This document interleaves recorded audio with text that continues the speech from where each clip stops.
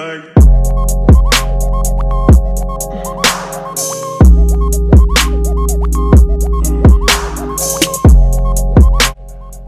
YouTube, what is good? It's your boy Q from Next Level Reefing, and I'm back with another video. First and foremost, I'd like to say thank you for all the love and support. I sure do appreciate it. And with that being said, make sure you hit that subscribe button and smash the notification bell so you can be notified of every video that I drop, which is every single Friday. Alright, so let's dive into it. So in this week's episode of the Dream Tank Build series, I wanted to talk about where the tank's parameters are, 2-part dosing, and also give you guys some updates of the good news, the bad news, and the ugly news of the Dream Tank. I wanted to go ahead and get the ugly news out the way because I wanted to end the video on a high note. So let's go ahead and dive into it, y'all. So first and foremost, let's give a quick moment of silence for the homies Magnificent Fox Face and the Orange Shoulder Tang. So with the Orange Shoulder Tang, I kind of saw this coming.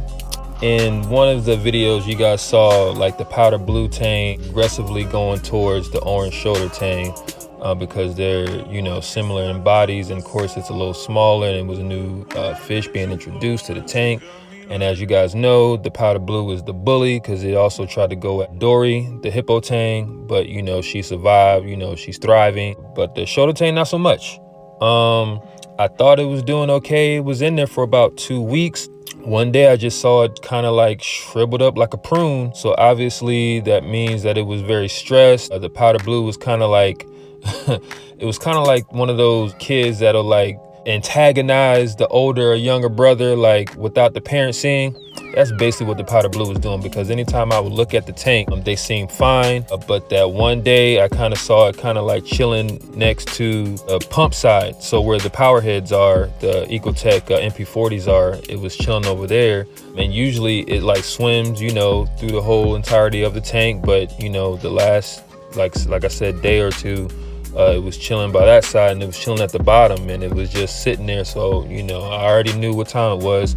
So I tried to revive it as best as I could. So I took it out and I put it in the sump to try to hand feed it and, you know, do all those kinds of things. But that didn't work out. So yeah, RIP Orange Shoulder. Now, even though that was devastating, the one that cut me deep, Shrek, was the Magnificent Fox Face. So those of you that's been following me since day one, you know I had that. That was the A1 day one fish I had since the beginning. Of course, like I said, that was one of my dream fish, and it wasn't a cheap fish, but you know, it was the biggest fish that I had as well. So I thought that would survive all the fish. You know, it was healthy, it was eating, even though, you know, it was skittish, but from reading reviews and seeing comments, you know, fox faces in general are kind of skittish fish anyway. But it didn't die from, you know, starvation or stress or anything like that. It kind of wanted to take a swan dive out of the tank. Yeah, woke up one morning, or actually my wife woke up one morning and was taking the dog out to go, you know, do his thing. Or she said that our dog Leo had went towards the tank and started sniffing, and lo and behold, Magnificent was sitting right there, you know, looking like a crispy chip on the ground. So yeah, and I'm not gonna lie, guys, that one, like I said, cut me deep, Shrek. It cut me deep. You would have thought I lost like a actual person, man. I was in the bed, you know, for half the day, didn't really want to eat, you know, so we consider these as like actual household pets. So that's what it felt like to me. It was a household pet. Like it was like, you know, one of our own that passed away. So yeah.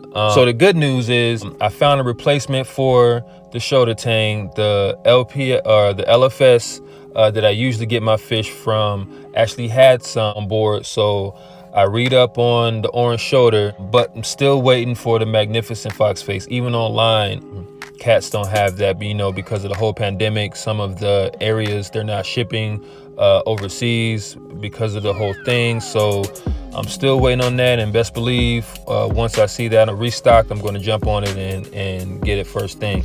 Now this one is it's not ugly news. It's kind of a combination of good news / bad news. So the cleaner wrasse also decided to take a swan dive out of the tank. Was a little curious to see what the wood grain on the floor felt like. And same scenario, the wife went and took our dog Leo out to do his business, and she said when they came back, Leo was sniffing towards the tank, and lo and behold, the cleaner wrasse was just on the wood grain, just chilling. So we actually caught that one in time. So I got up, scraped him up, put him in the tank. Of course, it was a little startled at first, but good news is you probably see him swimming around in the tank right now. He's alive. So good news. Thank God, he didn't go away, because I can't take another fish going away right now. So yeah, so that's the good / bad news / good news. Cleaner wrasse is up and thriving, y'all. So now here's the upsetting part of the whole thing. So a few weeks before that, I want to say, what was it, May timeframe, I actually went into ordering a custom lid for the Dreambox or WATERBOX Dream Tank build. And I should have read the fine print and did some more research on it. Although the results is going to look super dope on the tank, y'all, this custom lid thing takes forever. Like I said, I ordered this around the second week of May, still don't have it. So I did the research, and they said it takes almost like 40 something days for them to actually even ship the product out to you once it's customly built. So again, I wish I would have did my homework a little more, my due diligence a little more, and if I could have, I would have just had a DIY lid for the time being, because it would have saved a lot more headaches in the long run. But again, you live and you learn. This is that part of the hobby where it's always going to have some down parts, and this is the part where the Dream Tank build is down. But in the future, there's going to be some ups coming. So like I said, the lid is going to be coming soon, hopefully soon, and then I'll give you guys a review on that and how that went out and played out. All right, so now let's dive into the tank's parameters. So before we dive into the tank's parameters, I wanted to actually tell you guys what equipment and test kits I'm using to get those results. And then leave in the comments too, and let me know what you guys are using for test kits and equipment to get your parameters for your tanks. So first up, for the salinity, I'm using a refractometer.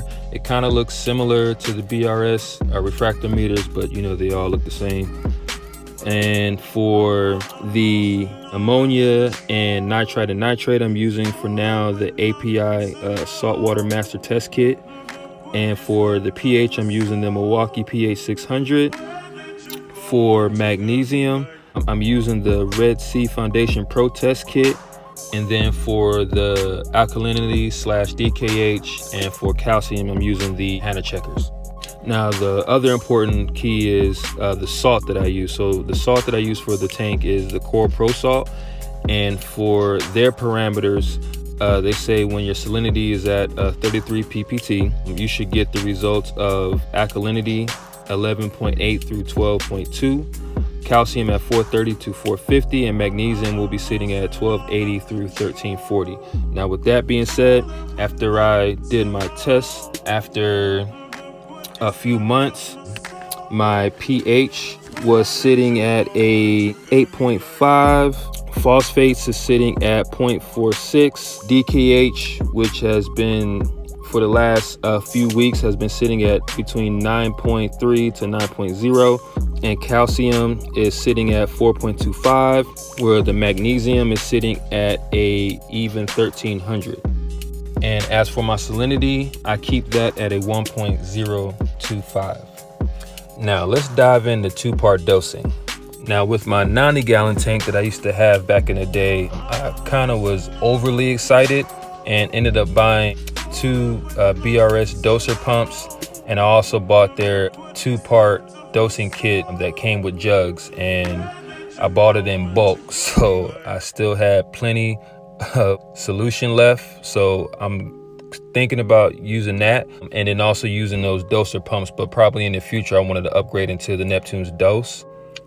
So yeah, with the 90-gallon, I didn't even get that far to where I needed to even use the doser pumps. So I was basically just hand dosing. So I've never actually used automated dosing solution to keep my parameters even. It was just enough for me to just hand dose it. So I tried to do some due diligence and some research on how to set up the doser pumps with the Neptune's Apex Fusion program. And the only thing that I kept seeing, there was one BRS video which was super complicated.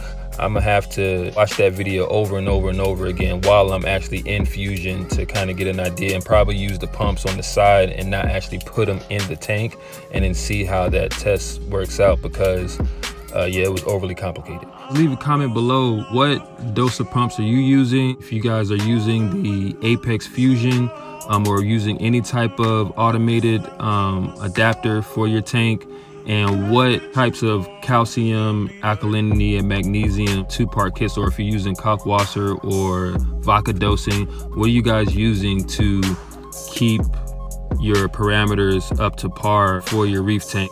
So in next week's video, I'll give you guys an update and let you guys know what actually happened with the dosers and the Fusion programming, if it was a win or if it was a fail. Once again, thank you guys for watching. I appreciate y'all, and I'll see you on the next one.